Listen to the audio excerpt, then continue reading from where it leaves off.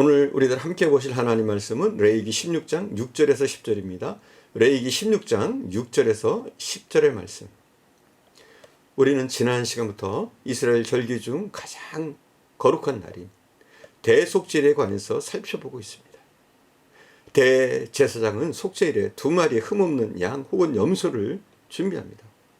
2마리 중 1마리는 제비뽀와 여호와를 위하여 속죄제물로 잡아서 드렸습니다. 이 양에게 모든 죄와 허물을 뒤집어 씌우고 속죄 제물로 잡아 여호와께 번제를 드렸습니다. 또 1마리의 양은 아사셀의 양으로 택함을 받습니다. 오늘은 특별히 이 아사셀 양에 주목하면서 그 의미를 살펴보려고 합니다. 먼저 아사셀 양은 어떤 양이냐? 아사셀 양은 누명을 쓰고 가는 어린 양이라고 볼 수가 있습니다. 누명을 쓰고 가는 양이다.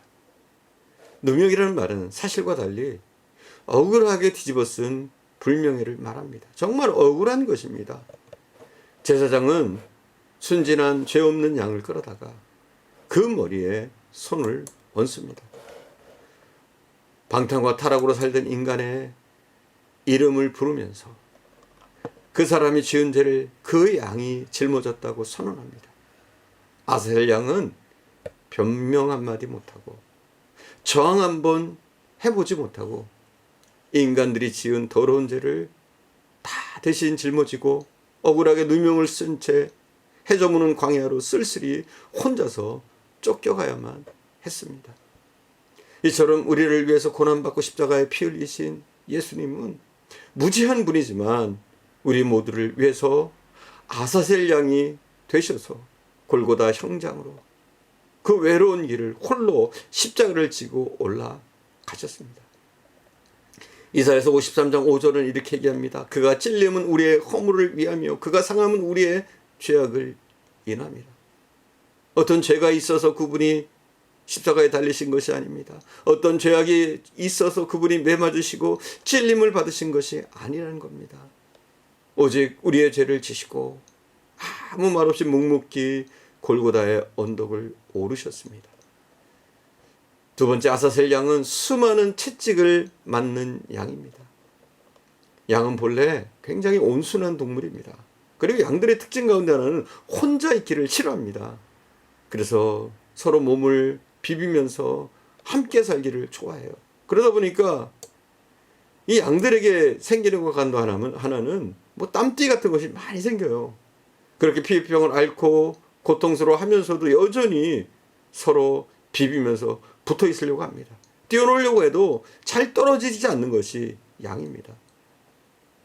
그런데 이 아사셀 양은 해가 저물어가는 저녁 시간에 인간의 죄를 대신 억울하게 지고 혼자서 성문 밖 광야로 쫓겨갑니다. 이때 제사장은 그 양이 다시 성문으로 들어오지 못하게 하려고 채찍으로 사정없이 때려서 내어 쫓습니다. 이처럼 억울하게 숱한 매를 맞고 피를 흘리면서 괴로운 몸을 이끌고 울면서 광야로 쫓겨나는 겁니다. 양은 아픈 몸을 이끌고 쫓겨나 거기에다 날까지 어두워지니 여기저기서 들려오는 맹수의 울음소리에 질려서 떨어야만 했습니다. 그리고 실제로 피냄새를 맡은 맹수들은 이 양에게로 점점 다가옵니다. 여러분, 이 아사셀 양은 바로 우리 주님 예수 그리스도를 예피하고 있습니다. 이처럼 우리 예수님께서도 성문 밖 골고다를 오르시면서 수모란 수모를 다 당하시고 채찍에 맞으시고 돌로 맞으시며 수없이 매맞고 또 매맞고 쓰러지시면서 쓰러졌다 다시 일어나고 피를 흘리고 또 일어나 가시다가 넘어지고 또 채찍에 맞으면서 그 외로운 골고다의 길을 가셨습니다. 아사셀 양이 사정없이 수많은 매질을 당하듯이 채찍질을 당하듯이 우리 주님도 그렇게 채찍을 맞으시면서 그 길을 가셨습니다. 세 번째, 아사셀 양은 어둠에 버림받은 양입니다. 인간의 죄를 짊어진 이 양은 광명한 대낮에 몰아내는 것이 아닙니다. 광야의 어둠이 검은 커튼처럼 들이우는 두려움의 시간에 쫓아내도록 법이 그렇게 정해져 있습니다. 모든 사람들이나 짐승들이 밤의 두려움을 피해서 안식처로 각기 바쁘게 들어가는 그 시간에 이 양은 홀로 두려운 어둠 속으로 쫓겨가야 하는 겁니다. 급기야 이 양은 무서운 맹소의 소리가 들리고 갈대가 우거진 차가운 들에서 길을 찾아둘 목자 하나 없이, 함께 동행해 줄 양 한 마리 없이 혼자서 외롭게 어둠 속에서 헤매다가 끝내는 맹수에게 뜯겨 죽고 맙니다. 이처럼 우리 주님도 모두 십자가 곁을 떠난 황량한 골고다 언덕에서 홀로 외롭게 어둠 속에서 죽음을 맞으셔야 했습니다. 바로 우리의 죄 때문에 홀로 외롭게 죽으셔야 했습니다. 제6시로부터 온 땅에 어둠이 임하여 제9시까지 계속하더니 예수님은 십자가에서 홀로 외롭게 돌아가셨습니다. 그리고 십자가에 돌아가실 그때에 3시간 동안 온 땅에 어둠이 임했다고 성경은 기록하고 있습니다. 피 흘림이 없이는 사함이 없습니다. 히브리서 9장 22절의 말씀입니다. 육체의 생명은 피에 있습니다.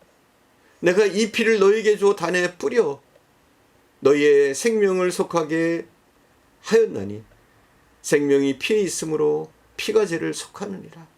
레위기 17장 11절은 말씀합니다. 피를 통해서 속죄함을 받는 것, 구원함을 받는 것, 하나님이 정해놓은 법입니다. 이 하나님이 정해놓은 이 법, 구약의 시대부터 짐승의 피를 통해서 구원받았던 것처럼, 죄의 용서를 받았던 것처럼 정해놓은 이 법에 따라서 우리 주님께서 피를 흘리셔야 했습니다.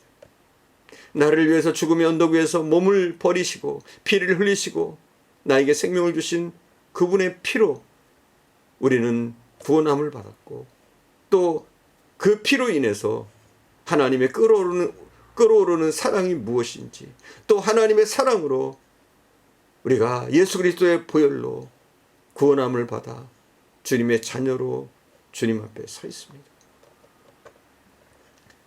이 주님의 크신 은혜를 잊지 않기 위해서 우리는 모여서 예배드리는 겁니다. 또 이 시대에 내게 남겨주신 주님의 십자가를 내가 지고 다시는 주님을 부인하지 않으며 주님이 걸어갔던 그 십자가의 길을 우리도 따르기로 다짐하고 힘들고 어렵지만 그 길을 뚜벅뚜벅 걸어가는 사람들인 줄 믿습니다. 여러분, 십자가가 결코 쉽지는 않아요. 주님이 우리에게 주신 이 십자가, 내게 맡겨주신 사명이 녹록하지는 않습니다. 그러나 주님이 가셨던 그 길을 생각하면서 우리도 주님을 따라 이 십자가를 지고 갈 때 주님께서 함께 하셔서 우리가 넉넉히 십자가를 지고 주님의 길을 갈 수 있도록 도우실 줄 믿습니다. 기도하겠습니다. 사랑하는 주님, 우리의 죄를 지시고 골고다의 언덕을 오르시고 외롭게 아스엘 양이 광야로 쫓겨난 것처럼 주님도 그 외로운 골고다의 언덕을 오르셨는 줄 믿습니다. 깜깜한 어둠이 짙게 내린, 커튼처럼 내린 그 저녁에 아사셀 양이 그 광야로 내몰렸던 것처럼 주님도 십자가 위에서 암흑을 경험하시고 깜깜한 가운데 홀로 외롭게 고독하게 죽어가셨음을 우리는 보았습니다. 모든 것이 우리의 죄악 때문이며 우리의 허물 때문이며 하나님이 정해놓으신 법 때문인 줄 믿습니다. 오직 피만이 우리의 죄를 용서할 수 있고 피만이 우리의 생명을 살릴 수 있기에 주님은 기꺼이 우리를 위해서 자기의 몸을 들이시고 골고다의 그 고통과 고독과 채찍을 다 당하신 줄 믿습니다. 주님, 우리도 이제는 주님이 우리에게 허락하신 이 십자가를 지고 갈 수 있도록 은혜를 내려 주옵소서. 비록 힘들고 어렵지만 우리가 기도하며 더욱더 찬양하며 주님의 십자가를 지고 끝까지 갈 수 있도록 은혜를 내려 주옵소서. 오늘도 함께 하신 주님께 감사드리며 우리 구주 예수님의 이름으로 기도드립니다. 아멘.